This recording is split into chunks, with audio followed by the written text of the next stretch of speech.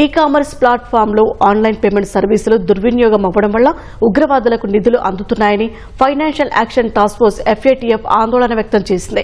చాలా వరకు ఉగ్రవాద సంస్థలకు కొన్ని దేశాలు నేరుగా నిధులు సమకూర్చడమో లేక పరోక్షంగా సాయం చేయడమో చేస్తున్నాయని తెలిపింది. భారత్లో 2019 పుల్వామా ఉగ్రదాడి, 2022 గోరఖ్నాథ్ ఆలయం వద్ద కత్తిదాడి ఘటనలకు పాల్పడ్డ ముష్కరులకు ఈ-కామర్స్ ప్లాట్ఫామ్లు ఆన్లైన్ పేమెంట్ సర్వీసుల దుర్వినియోగం ద్వారా సాయం అందినట్లు తెలిపింది. ప్రపంచవ్యాప్తంగా ఉగ్రవాదులకు అందుతున్న నిధులపై ఓ కన్నేసి ఉంచే financial action task force FATF కీలక విషయాలు తెలిపింది.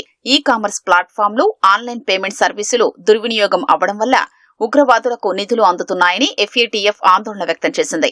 ఇందుకు భారత్లో 2019లో జరిగిన పుల్వామా ఉగ్రదాడి, 2022 గోరఖ్నాథ్ ఆలయ ఘటనల్ని ఉదాహరణగా పేర్కొంది.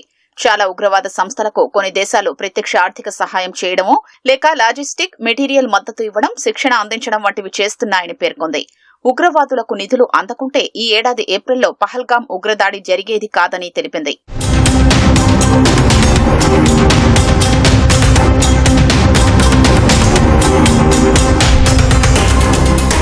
భారత్లో ఓ ఉగ్రవాద దాడికి సంబంధించి IEDలలో లభ్యమైన కీలకమైన aluminium powder e-commerce platform EPOM Amazon ద్వారా ఉగ్రవాదులకు అందినట్లు FATF పేర్కొంది. అల్యూమినియం పదార్థం పేలుడు ప్రభావాన్ని పెంచడానికి ఉపయోగపడిందని తెలిపింది. ఉగ్రవాదులు ఈ-కామర్స్ ప్లాట్ఫామ్లు, ఆన్లైన్ మార్కెట్లను దుర్వినియోగం చేస్తున్నారని పేర్కొంది.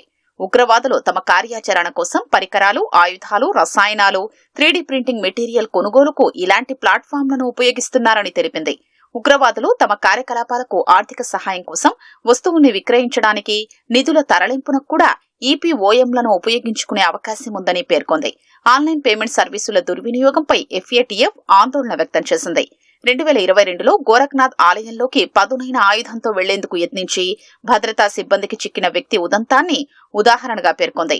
Islamic State in Iraq and the Levant ISIL భావజాలానికి ఆకర్షితుడైన ఆ వ్యక్తి ISIL కు మద్దతుగా పేపాల్ ద్వారా 6,69,841 రూపాయల్ని విదేశాలకు బదిలీ చేశాడని తెలిపింది. IP అడ్రస్ ను గుర్తించకుండా ఇంటర్నేషనల్ థర్డ్ పార్టీ లావాదేవీల్ని, VPN సేవల్ని ఉపయోగించాడని పేర్కొంది.